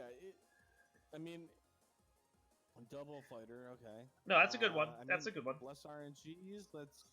I mean, if I'm him, I think you're hoping for a Warmech, an easy Warmech to get those levels. I mean, everybody hopes for an easy Warmech. Yeah. But the double fighters, hey, we'll take it. You need it for the experience. Yeah, you need the experience you can get. Meanwhile, I saw on the other side, Ragnarok also had another one of the really good experience fights, the Gershark Grey Medusa. Oh! Hi there, Waters. Oh, hi there. That is a problem for our runners. Waters can show up in the seafloor of Temple of Fiends Revisited, and they come in big packs. Were they? Did I might have missed it. Were they irradiated? Were those nuke waters? Oh yes. Oh God! Oh yes. Oh! That was turn 1 Waters, by the way. So we've got the fallout from Fukushima over here. That is irradiated water. That hurts Ragnarok so much because he checked all of those tiles. All that experience is gone. Yeah. Yeah. I mean, he lost 2-3 levels right there. Bert's going back in. Is it for worms? Grinding. Yeah, worms over equipment. I would agree with that play. Interesting. I mean, I get it. Yeah. It's interesting. Yeah. I mean, it's bold. I like it. I mean, it makes sense because you save your... Although with the warp being right there, it's interesting that he does it that way. I like the play. I think it's good. I think of the grinds that he's found, it's probably one of the better ones that he has access to. I don't know that... Yeah, I think it's probably good. No, it does make sense. Because you're going to take fights on the way to TMAC. Yep. With the vanilla Warmech, if you happen to run into the Warmech and defeat the Warmech, then you don't have to take as many fights against the worms if you want or if you need to. So that's a very heads-up play by Bert there to do it that way. And note that the fighter has now taken out these worms with a single Mazamoon hit. So that's a good amount of power that he's already picked up on these guys. So for everybody out there, the next hit for a knight wielding the Masa is 34. Yes. Or I'm sorry. Is it 32 or is it 34? 35, I'm sorry. Oof, okay. I don't know if I'd carry it that far. I mean, I wouldn't, but just for anybody out there, it's 24 to 35, so... Yeah, so... The knight with a, or fighter, with a Mazamoon is nowhere near an equivalent to trying to get that extra set of levels for your black belt so it unlocks more power. Black belt is all about his levels and his growth. The fighter, though, at a certain point, you're just like, okay, these are good enough for your health. You got some hits, let's just go. Yeah, that's the only downside, unfortunately, with the grinding of this worm and stuff like that. If an enemy has gotten a black belt, he's probably going to make use of these level grinds a lot better than a fighter will. Just because at 32, an 8-hit black belt, just... One Punch Man. Work. Yeah. Well, and that's the thing about the way I like that the setup is done for these flags for Spring Tournament. Is the fact that the XP scaling is just low enough at 2x plus 100 that it makes you think about whether or not the black belt is worth it. Because the black belt's, 2x times plus 100 isn't that great. It's kind of low. It's not terrible, but it's kind of low. And you got to get all the key items unlocked to make the black belt worth it. So you spend the time doing all that and then trying to get your black belt online and dealing with it. And in the midst of that, you could be getting all these treasures, and you could have your fighter online very early. So do you take the fighter instead? It's at just that right level of risk versus reward that makes party composition very interesting and for the build out. Yeah, it really The knight generally will go into Topher at earlier levels, as you're saying, Mm-hmm. and that's exactly the thing. Ragnar still didn't go to Lofane here. Skips first level Mirage. I mean, is he gambling? I mean, he didn't go to Mermaids, so that's at least a good thing that we know of. The one thing is, Um, I could see skipping first level if he doesn't like if he's planning on coming back in, because first level is so easy to check. You can do it after you've done everything else. well, right, but it's one of those weird things that if Tail happened to be there, you could warp out, get the promotion, come back and gain Mm-hmm. those levels, so you're gaining those spell charges. Did I I mean, miss there's it? nothing like the. No, I'm just saying if the Tail happened to be Yeah. there, No. you know. I was going to ask if I missed Kraken a second time. Oh yeah, he broke the Kraken. Okay, perfect. Thank you. Just gotta update the tracker. It's it, it's Yeah. one of those interesting things. Mm-hmm. Like Final Fantasy is all about routing decisions and stuff like that. This is one of the hardest things about playing this game, is the fact that you don't know what the opponent's doing, and you know you two could do two completely different things, and like one pathing can be very much more optimal than what you do. Yes. And it all comes based off of your decisions, off of what key items you get generally, and like where you're at once you get them, because a lot of your stuff is you're looking at what key items you have, where the incentives are at, and then you determine kind of your pathing where you want to go. So it's so interesting the amount of ways that like a decision can be made that alters or affects your time by so much. I don't know if I explained that right, but it's very interesting the more you watch a lot of these FFR games, how small things of finding canoe early or later can actually help you or hurt you immensely. It's something I really appreciate about the Final Fantasy randomizer. I think in comparison to some of the other randomizers that are out there, I really enjoy the variety and the flexibility of the way that the randomizer works and how it recontextualizes the game each time you play a seed. And with the number of flags and everything else that we have, it really changes up everything about the game. I like you watch some other randomizers, and the game is basically, yeah, you keep an eye out for certain things that come up, but you're playing the same route over and over again, just with different factors to it. But here, what the game gives you can drastically change your route completely. Which is a good thing and then a bad thing all at the same time. It can give Yes. you a headache, and Yes. at the same time, it can be. I think there's a couple times where I've it just feels like the seed doesn't want you to win. Sometimes it just like finds a way to just troll you all to hell, and then other times, people are just able to just cruise on through. Mm-hmm. Yeah, it's the downside of the rando sometimes is the fact that it's like, oh, it's all good, don't worry about it. And then other times it's just like, no, I'm just gonna screw you over completely because Final Fantasy got a Final Fantasy.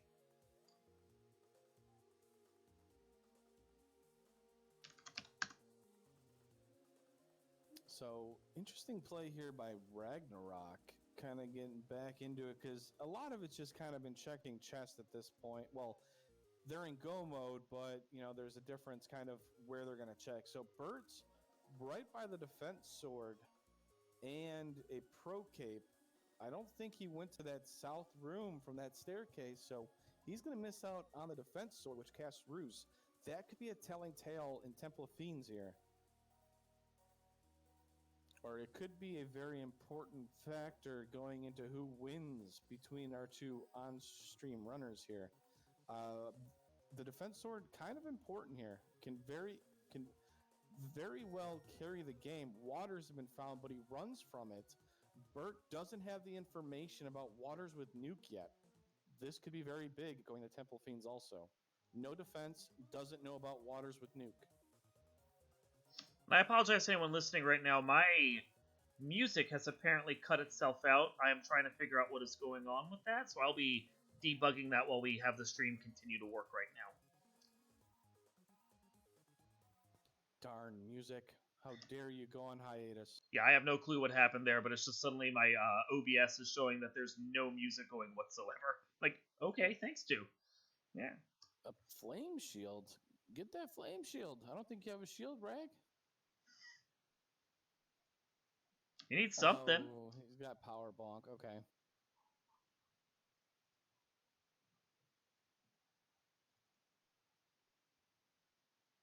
I think it's one of those situations where I would have put the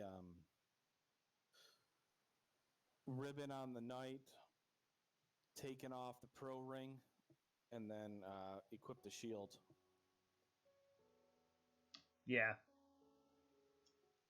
All right, so Kraken here. Ragnarok broke the Kraken. We're gonna see what Bert here does. Looking over spells. Is he gonna go radioactive squid? No, he's gonna go kind of a radioactive squid with a mixture of buffing up. Oop, looks like Kraken did not eat the Wheaties though. Big shot by the nuke spell though for almost max roll. Oh, sleep 2 almost put to sleep the knight. That'd have been unfortunate. Oh, more radioactive. Finally down. All that buffing turned 1 for naught. Nuke spells is all you need. So that's 3 orbs lit for Bert to 2 for Ragnarok. Ragnarok kind of just checking chess, hoping probably for the tail. Trying to get the promotion. Not sure why he's checking. Oh, he's checking chess because he hasn't done the Lefanish turn-in, which leads to TNT, which leads into loot. So he's looking for that loose item.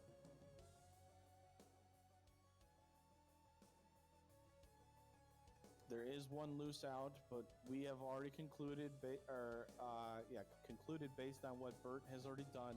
It's going to be the tail loose.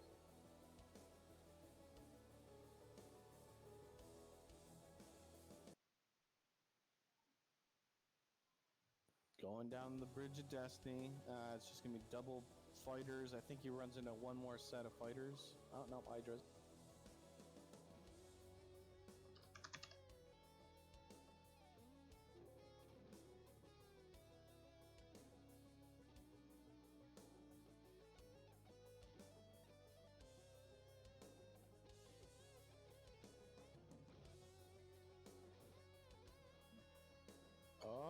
No.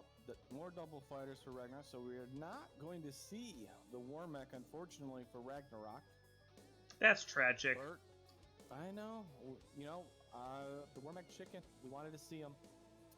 He's the greatest fight to find. Ooh, Sleep comes out. Tiamat gets 2 of them. Oh, everybody's back up, though. Thank goodness. Sleep only lasts for 1 turn.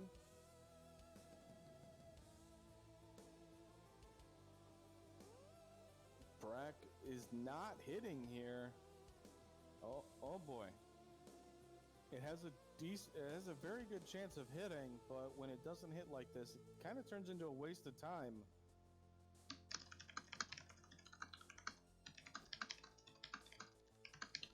There we go. 3 orbs left for Ragnarok. He's not in go mode though. He needs to go to Lefane.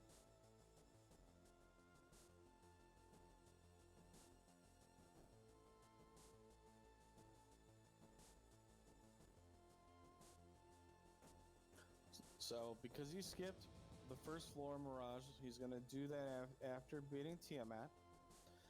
Bert's getting held up by the Dingbats. Good job, Bats. You're doing a great job.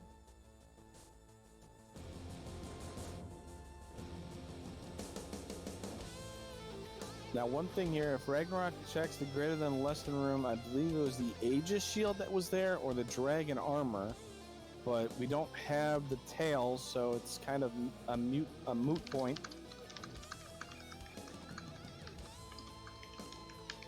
And Bird's Go Moaning says, nah, I don't need to check chests.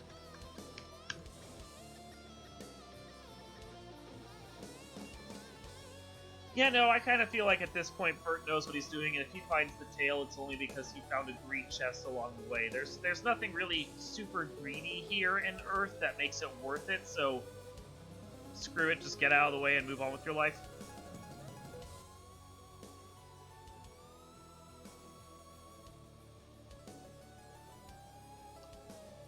I mean, Bert is almost going to be going in tow for here. Yup. Very short. Yup. None of our other runners have finished yet. Cheesenator and Thunderclawed. So we still have first place up for grabs. Bert's going for it. Smells it.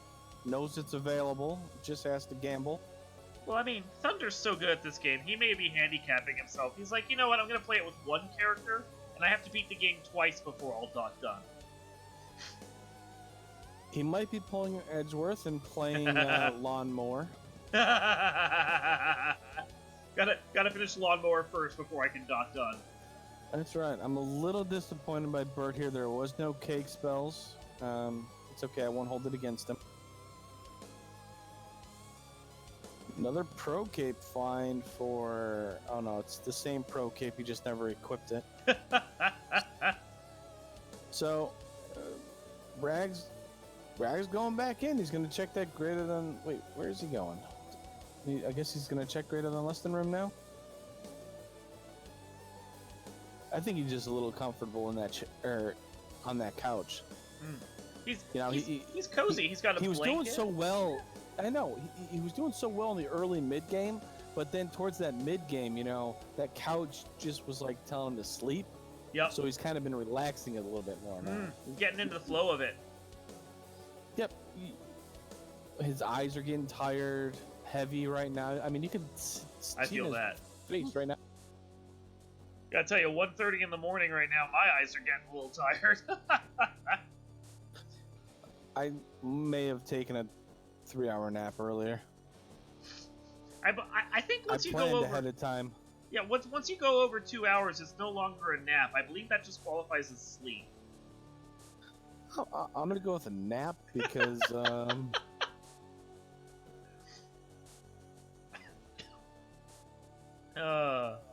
gold bracelets for 21k, doesn't matter. Bird is loaded. Yup. So he's level 30. I have to admit he's probably higher level than most of the top runners would do in here. But as I mentioned earlier, though, I like to play just because of we don't have the tail items. The dragon armor and the Aegis we can't equip. So I like having those added HP values that he has now.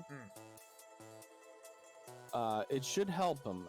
It also increases your MDef every time you level. So I mean, who knows? Maybe those extra MDefs will be able to protect him a bit more. And if Spellzap was here, I would love to hear what our MDef is relative to one of the enemies in this game.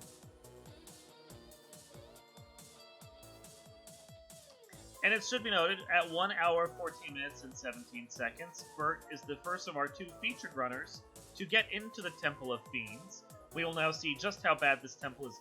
On the subject on levels, I will comment that I have seen, depending upon, just how the seed plays out and how the flags go and everything, I've seen crab cakes on flags equivalent to this get into Temple of Fiends in the 30s.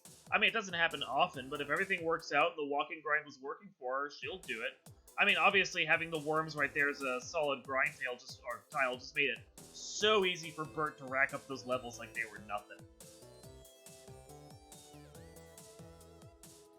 I mean, the important thing, too, is okay, so I think Ragnarok forgot that he's got to go to Lefane. You'll figure it out eventually. That is the danger of translating that slab too early, though, because it's no longer on your mind. Yep. That's unfortunate there. Yeah, because it looks like he's going to go mermaid side now.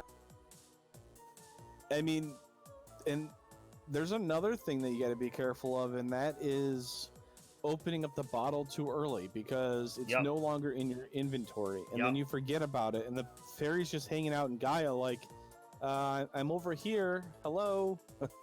Guys, Come get the guys, key item. I But, had you plans. already forgot about it. Guys. Yeah, no, and that's that's just something that comes with experience and with time. Ragnarok's still one of our newer runners at this point, so if whatever he might have forgotten, he'll get it eventually. Thing is, though, you see him. We have the webcams up. He's having a grand old time. He's smiling, and he's still having a great time just playing the game. It's not letting him get it down. I mean, as long as he's not pulling a me and forgetting to talk to Bicky, I mean, he's good. He's already better than me then. That's not just when you forget to talk. When you forget to talk to Bicky the second time, it feels awful. I've done that multiple times. God, I hate doing that. Of course, then I'm also the person that has managed to completely miss that Fade was in the level 1 shop. I've done that twice now, and I'm just like, what? What? That was there? I made it harder on myself? Really? Okay. Yeah, I remember that. I remember that one. Yep. That was a full entrance shuffle. Full floor shuffle, and you made that very hard on yourself. I did. The second time it happened, though, I made it through. I did a sail over to Onrak, which had Provoca, I think, at it, and I managed to get myself Lightning 3 for level 3, and I got a couple levels, and I managed to use what was there, and it worked out well. Not my finest moment, but I did make it work. Alright, Lich 2, generally a doorstop? A speed bump, yeah, or a doorstop, yeah. Generally goes down pretty easily, though. It's taken 3 nukes. It hasn't gone down. Finally, Moss is going to do the work. Yeah, generally, Lich is what we consider a speed bump. He's we have other villains in the game that we considered gatekeepers, doorkeepers, whatever you want to call them. He's definitely the doorstep by comparison. He's just like, oh, you see this door? Let me open this for you. It's fine. Come on through. It'll be great. No problem. Whatever. Yeah, the only time Lich really gets dangerous is the higher percentages and rolls like a nuclear. But even then, because of the low base the low base values of everything that it has, it's not very dangerous. Mm-hmm. Plus, it can get caked. Yeah, Lich 2 he can only be so scary because there's only so high that he can go. Even at 500% clamps, Lich 2 is often not that bad. Going in for Carry 2 right here. Yeah, Carry 2, basically the first official gatekeeper of sorts. As you can see, did 317 damage, less than 500 health, or about 550 health. So yeah, it's not too bad. But when a carry swings for 327 on a knight, yeah, if it hits any of your casters, they're done. Yeah, that was entirely a glass cannon carry there. She could have wiped any of his characters out, and that would have been a bad day. But she chose to be nice, in fact, and go for that fighter. And 1 cure 4, and he's back up on his feet, no problem. All right, we are on the seafloor here. Burt Reynolds, if he runs into waters, they have first turn nuke. He has not seen it. Will he continue to get lucky? He found 1 water on his way to Kraken 1, but was able to first turn run away, so he has not seen it. So far, all he had right there was a platter of unrunnable sushi. More gray shark big eyes? Okay, so far waters haven't shown up. This is very big. It's he's got a lot of levels, so it's not going to be too bad. No, but when 2 waters cast nuke, back to back, more than likely your caster's going to die. And on top of that, we don't have life casts. Nope. We have no life at all. So if Carrie would have killed a caster, he's 1 less caster going into Kraken. Mm-hmm. Kraken, unless casts a bunch of ink or something like that, is more than likely going to kill something. Another plate of unrunnable sushi right here that he has to get through. And unfortunately, the problem with these unrunnable packs right here is they're just forcing him to waste charges. Nukes are really nice. You don't want to lose too many of them. Oh, here we go. And, there's that nuke. Oh, there it is. It's on his face. 5 waters. Scorch. Oh, no. Oh, Scorch. Okay, so that's a skill. Yeah, Oh, that was a got skill. away. Wow. Yeah, it was way lucky right there. You saw that though. He got up on the edge of his seat. He's like, "Oh, Yeah, I mean, he has a smile, but you can also see if there was a second nuke right there that came out immediately, he was like, "Oh, come on!" He got lucky. yeah." Every enemy. Knight up. Actually, I like the knight up front because you have to outburst the Kraken, and unfortunately, there's one less caster you're casting now. Yup. Moving forward. Is Kraken gonna go right down the row and take them all out one at a time? 3 hits for 400. Okay, new comes through. We're through. We only lost 1. That's okay. We could probably move that other red wizard down to the 3rd slot to save it. But nah, Bert's he decides not. Nah. Bert's totally like moving characters is for other people. Ink. Okay, so T-Mat's playing generous right now. Yeah. We didn't hit very hard. Decent absorb. There was 10 hits, so not evasive, but has a good amount of absorb, so he has to power bonk, raise up that attack damage. More nuke charges. Ooh, 4 hits, 205, so Tiamat doesn't really hit too bad. This should be relatively easy. Outside of a nuke charge, we don't want to lose that black mage if we can. Ooh, Zap comes out. Almost commentator cursed on that one. I don't necessarily hate burning most of the nuke charges here at this point if you can get through this floor, because once you're into the chaos fight, the nukes are fine, but you're really going to be relying more on your buffed out fighter at that point to carry through the day. The worrying about keeping everyone alive is less concerning when you're in the final fight of the game. Well, right, but I believe the red wizard actually used the last of its fast charges when it used the cure 4, I believe. May have. So that's the reason why that's why I said I didn't want the black mage to die. No, it's more the nuke charges more than anything. Like, burning off the last of those nukes is not a big deal here if you can get away from this fight. And now that he's down here at the bottom, nuke is less valuable.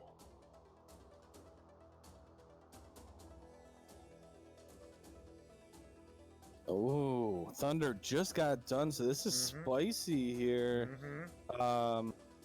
Just managed to steal the win there from Bert, actually. But I would have a feeling if we brought Thunder in here to chat, he'd probably be sitting there going, "Yeah, it was those nukes. Those nukes probably delayed him by a couple minutes." All right. Wow. Interesting. Yeah. Okay. Puts the casters up front. I kind of like it. So, there is no fast. Oh, he didn't have fast on his red wizard at all. So yeah, it's a good thing that the black wizard's. Yeah, without that black mage right there, he would have been royally, or could have been royally screwed by that, because you don't know how bad Chaos is going to be. He hasn't yet gotten a swipe out, but the second he does. And the important thing here is he doesn't have any ruses, nothing to raise the evasion here. So this could be very dangerous for him if Chaos has a decent amount of attacking here. Or just dodges. We're gonna see the first swing. Oh, that is an evasive Chaos. Did you take lock? We need lock charge. I don't think he bought lock. I don't think he bought lock. That's not. I mean, the power bot can raise accuracy a little, but what you really need is lock right there. Yeah, so that was a decent swing on that black wizard. I think the black wizard's got the opal, maybe? Black wizard got dead is what that is. Yeah. Chaos says, I'm taking you out before that cure 4. I see what you're doing. Preemptive cure 4. Yeah, I see what you're doing. You need to go down now before you're able to carry that off. 3 hits for 935. Chaos doesn't have long to live. 835 right after, so even being evasive doesn't have much absorb. This is great. Good turn order. Terminated. Yup. That was well done right there. That was well earned. I mean, that was... I mean, so you swing first, and it misses. and then you realize you didn't buy lock. You go, uh-oh. But then he starts hitting because of the saber attribute that gives you a little bit of hit percentage. It was able to raise our chance to hit just enough where we could actually hit him. And with no absorb, Masa does its thing. Bye-bye. Yup. Should we see if Bert wants to come in for an interview? Of course. Kidding me? Having that Bert guy come in? Heck yeah. Well, you're gonna have to do it because you got the power. Ooh, I got the power? You got the power. What was it, that 80s power battle? You got the power, you got the touch or something? I got the power. Just give me 1 second. I'm Yeah, gonna at least make one of sure, the two. I'm gonna see if he wants to come in, invite him in. We'll let him have a donut or two. I can't cook, so I'm gonna let him eat a donut. No. Bert. GG. Hello, you guys enjoy that run? That was a quick one. That was fun. Your timer's still going. I was definitely Okay. That's fine. That's just for the audience. That's not for me. Yeah, I definitely missed my white mage on that run. I was gonna say, life was locked out. Yes, and then 20% chance the red mage can't learn at any. And it happened to be at early levels in the one slot that white mage was only. So you got it, and then you found out that temper was black wizard at level 7. I don't actually think I ever looked at. I don't even think I looked for temper because I found the power bonk at some point. Oh, I thought, yeah, you seen it in Gaia, didn't you? Oh, maybe I saw it and just ran. Yeah, okay. I mean, I thought, it was you that went in there and saw it. But anyways, so, the power bonk did what it needed to do. I gotta admit, you finding the power bonk probably saved you against chaos. Oh yeah, for sure. Because my first hit on him, I 2 bonks, a fast, level 32, and a mass mune. So that's 6 hits, I believe. So 12 hits, all of them miss on chaos. Yeah, it was impressive. It was an impressive whiff, let me tell you. Very impressive whiff there. Darkman and I both went, uh-oh. And then Darkman goes, it's a good thing he has lock. And I go, I don't remember seeing lock being bought from Bert, unfortunately. Oh no, I'm a spell minimalist. I'm not going to waste my my time and my effort and my money buying spells that, maybe 1 in 10 you're going to use. I'll just skip it. We'll find another way around. And, I mean, you went with the power bonk, which you were able to raise up your hit percentage just enough that you were able to hit 3 times. I mean, you had like 10 hits and only 3 were able to hit. So, I mean, it did just enough what you needed to do. You did what needed to be done. You got second place. So, GG to you on that and for your decision making. Yeah, white mage might have sped that up a bit. Because I had to spend a lot of time grinding up my levels because I knew that anytime one of my characters die, they're dead forever. Right? So, or in a Topher dive. So I spent a lot of time getting a couple extra levels just to get a couple extra hit points, a couple extra spell charges. And that's kind of what I also had no defensive spells or equipment at all, really. Yeah, and that's kind of the thing that we were touching on too, is basically it was, you were kind of forced into a burst battle against the bosses where you basically had to kill them in 2 rounds at most, or 1 round, or every fight you could be losing a caster, almost guaranteed. Yeah, if I had the defense sword and the white shirt, I'd go into Topher at level 18. I'd be fine with it. But 32 for none of those and no life. Which it was nice though, because you were able to do it. All the fiends really didn't have too bad absorb except for Tiamat. Evade I didn't really see much of a problem, so the bosses kind of went easy generally, outside of cracking the one shot. And then you had the terrifying news of the waters. We saw your reaction to that. Well, I think my one of my red mages survived at 4 life, and that was the plan. That was why I got up to level 32, is so I could survive something like that. I think I got very lucky. 4 more points, and I lose another mage might have stopped the dive. Yeah, because it ended up casting Scorch instead of Nuke, which definitely saved you big time. Ragnarok unfortunately didn't get so lucky. On his way down to Kraken 1, ran into those and got nuked to death, so lost a bunch of time and levels. And you ran into the one water on the way there, but were able to run away. I was like, okay, this could be a telltale sign here if he gets bad luck in the sea, in Topher. And you almost did, but because of those levels and the way you thought about it, you planned out what you wanted to do, it saved you. It was huge on the way you played it and the way it worked out. Like, worst case scenario happened, but because you planned ahead, it didn't happen, I guess you want to call it.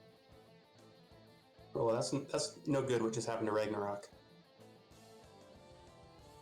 That's the worst case. That's the worst case scenario. I was so busy in my little rant there trying to act like I'm intelligent, and I missed it. It looks like a couple of his light warriors are down. Oof, one of them. One of them I'm seeing is the red mage right now, which is not great. No, it's not great. You know what he's going to run into? He's on the same cycle Bert is. Yep. He's going to run into those waters here shortly. Yeah. He might be. I never power cycled the entire run because the beginning of the encounter table was so bad. So and there were some deep I let the encounters come as they may. I was going to say, you ran into that one really long run, and we're just watching. You're just like, wow, this is great. And 2.5 floors of ice cave, and you didn't even have to see an encounter. Yeah, that was pretty good. I thought it was early because it looked like you hit it a couple times, but I guess it was buried somewhere. Ragnarok's putting a meat shield up front. I mean, against Kraken, it's not going to matter either way. I mean, outside of it attacking your knight. Which it... Wow! Wow! He's just like, nope! You thought you were smart, didn't you? No! This is like Bert level luck right there with the targeting from Kraken. It's down to 25 health potions. We don't have a red wizard with Cure 4. This is going to be... Oh! Oh, he made it through without the water. Whoo! I think I seen him breathe a sigh of relief here. Now, the only difference between you and him, though, Bert, in the Sharknado room, south of that opening entrance, whatever you come in, the defense sword was there. Is that the room that's 6 tiles wide? No, the one with the 2 treasure chests.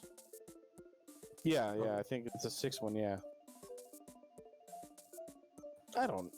Listen, I'm gonna need Grigglypuff to give me an explanation of where it is, because he's really good at using his hands and stuff.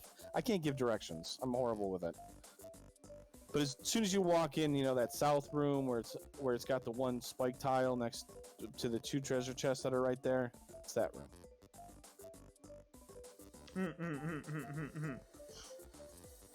So we're gonna ping Tiamat down to death. I don't blame him because we're gonna have to solo anyways because we don't have any heal potions. As long as this is an RNG loop. This is beautiful. For anybody out there, this is amazing. Tiamat basically is forced into constantly swinging and missing, and we will always swing 10 hits for 147. Yeah, it's something you didn't see as often in the original game, because the chance of you putting your warrior down on the 3rd slot and then having everything else die around him while he was in the middle of the boss was low. You just didn't think about it back in the day. But here, because you can keep players in certain positions even after other characters have died, getting a crit loop like that is a lot more common and a lot more useful. Now, one thing you also have to be careful when you do it is it can also work against you. You can get into a spell loop where the enemy constantly casts spells. You can also get it where the enemy constantly is critting you, so you have to pay attention how long you hold down that A button. Oh, that was a cheeky hit by K. Wow, gets that initial initiative there. Unlucky. Power bonking it up. This is good. He's going to raise that hit percentage. We know Chaos is very evasive. One hit for 329. It does not have the high level like Bert does. Has the same. Ooh, that's a nuke shot. Oh, Jesus. Still swinging. Come on, Rag. Oh. Finish him. Oh. Unfortunately, that's tragic. Forfeits because Chaos says you will not stop this time loop. Shall we bring him in? Bert takes the 2-0 lead in the Duckling Reveal grudge match. Let's bring him in. Let's talk. Let's chat with the guy if he wants to chat.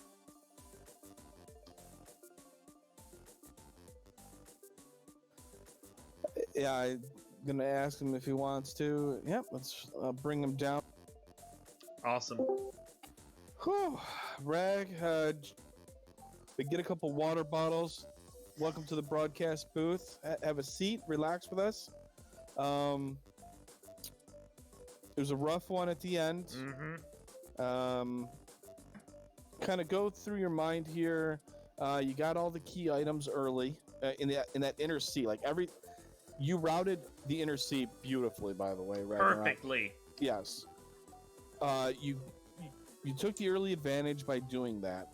You routed everything in a way that it wasted no time. You were in the air ahead of Bert, and then it kind of it felt like because of where you went when you're in the air, you kind of slowed down because of the possibility of that one loose key item.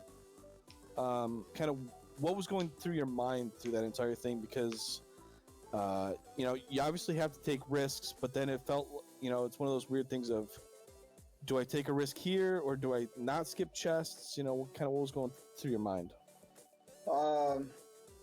If I hadn't forgot to turn in the slab, I would have go-moded sea and sky and earth. But I forgot that I did the slab while I was in the inner sea and going through Melman. Forgot I did that. And that's why I was like, okay, I need to full clear because I'm missing a key item and it's got to be somewhere. Yeah, and I think that was one of the biggest things. I think Darkmoon would agree with me on this, is Bert did the early check down to Lefane, and then it did that and got the loot. Mm-hmm. But because you didn't end up doing that, you got caught up, having to do the mermaid check because you're not sure if that loose item's there because you went there earlier than going to Lefane. It's one of those weird things that FFR kind of forces you into because of where you're at and what key items you have on you. Yep. Yeah.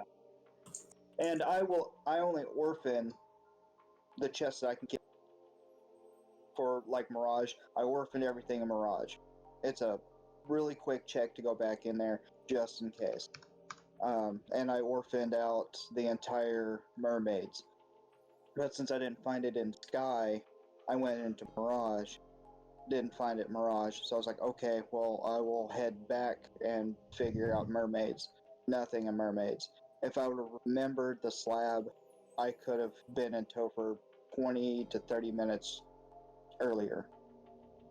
Yeah, exactly. Yeah, you would have been in go mode very quickly, and it would have been a very interesting race for sure. Mm-hmm.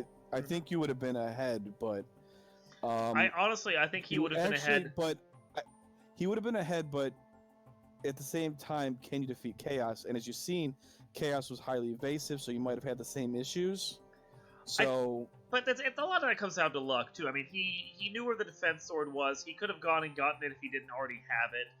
But knowing where he was at and the pace that he was at, he could have been at Chaos even before like Thunder was. It could have been a very spicy finish.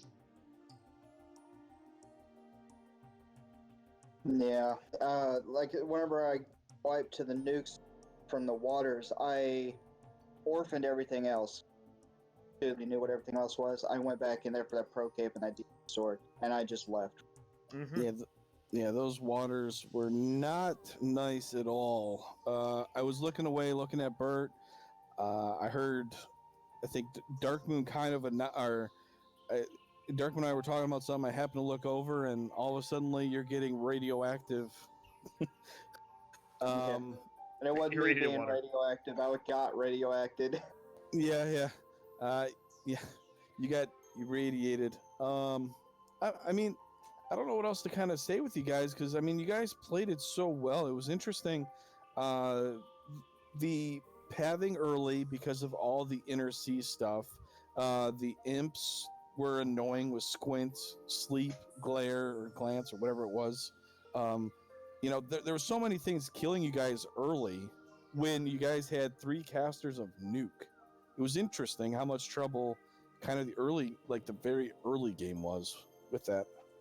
I think it was just the turn order. If we could have got better turn order, that really would have been an issue. Imps, I think, had the same exact. I played a seed previously, and the imps started like imps had sleep, and that was the most devastating part because then they can get through the rest of their spell and skill list. Yeah. Oh, and the wolves with Blizzard. That was fun. I guess, Bert, is there anything you kind of wanted to add? Because I'm kind of out unless the Dark Moon's got something here. I'm good. All right, let's go to final thoughts here. I don't mean to make the interviews short or anything like that, but it's kind of late, and we'll let you guys kind of relax and do your thing after this race. So, Bert, any last thoughts or any final thoughts? Yeah, thanks, Dang, and Dark Moon for hosting this. It's always fun to come out and race. Certainly, And you're welcome. thanks to Ragnarok for letting me beat up on him. Just don't challenge him in FFR battle tactics. Okay, I'm just saying. Never challenge him in that. The battlegrounds. That's right. This man is a legend in battlegrounds. Thank you for doing this again, Bert. I appreciate you coming through and doing this again. I'm kind of glad that we were able to highlight you guys again. Ragnar, final thoughts on your end? I know you just got done and stuff like that, but give it to us, man. Yeah, thank you guys again for hosting and giving me another shot at the Sunday title against Bert. Definitely well deserving, Bert. Good job. Thank you. All right, Dark Moon, any final thoughts from you, since you are the restreamer, tracker, connoisseur of music, and I don't know what else, but you did a great job tonight. Thank you. Yeah, I mean, this is the point usually when we're wrapping up the cast where we thank the people hosting us and thank our team and make sure to remind everyone to give everyone follows. But so, yeah, indeed, give our 2 runners follows, Burt Reynolds and Ragnarok784. And of course, if you're supporting us, you can support the commentators / people who put all this together for you for Final Fantasy After Dark. Myself, Dark Moon EX, Dark Moon Firelight on Twitch, and Dang Woo as well. And I think that's everything that I got for you. Dang, you got anything? Just to kind of remind people, we have Spring Tournament 2020 that is happening in March. You have we have plenty of signups. Come on, join us. You get to hang out with the birds, the Ragnaroks of the world, Cheesenator and Thunders that were on our off streams and stuff like that. And you can even hang out with all the veterans, the Crab Cakes, the Shadow Walkers, all of them. Come on, hang out with us. We do plenty of stuff.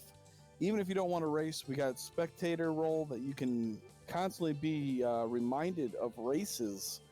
We got weekly stuff, and we got, we were recently just announced that we got into RPG the Limit Break. So I mean, we got a lot of things planned. Easiest way to get news is to come join us on the Discord. So thanks a lot, Greg Lipa, for letting us do this. Dark Moon, pleasure as always. Always. Bert and Ragnarok, you guys have been awesome. I'm glad I got to know you guys, and thank you for doing this and us being able to showcase you guys again. See you in the Discord, everybody. Have a good night. Good night. Good night, everyone. And with that, we're going to wrap this up. I want to say thank you to everyone, and we will see you next time.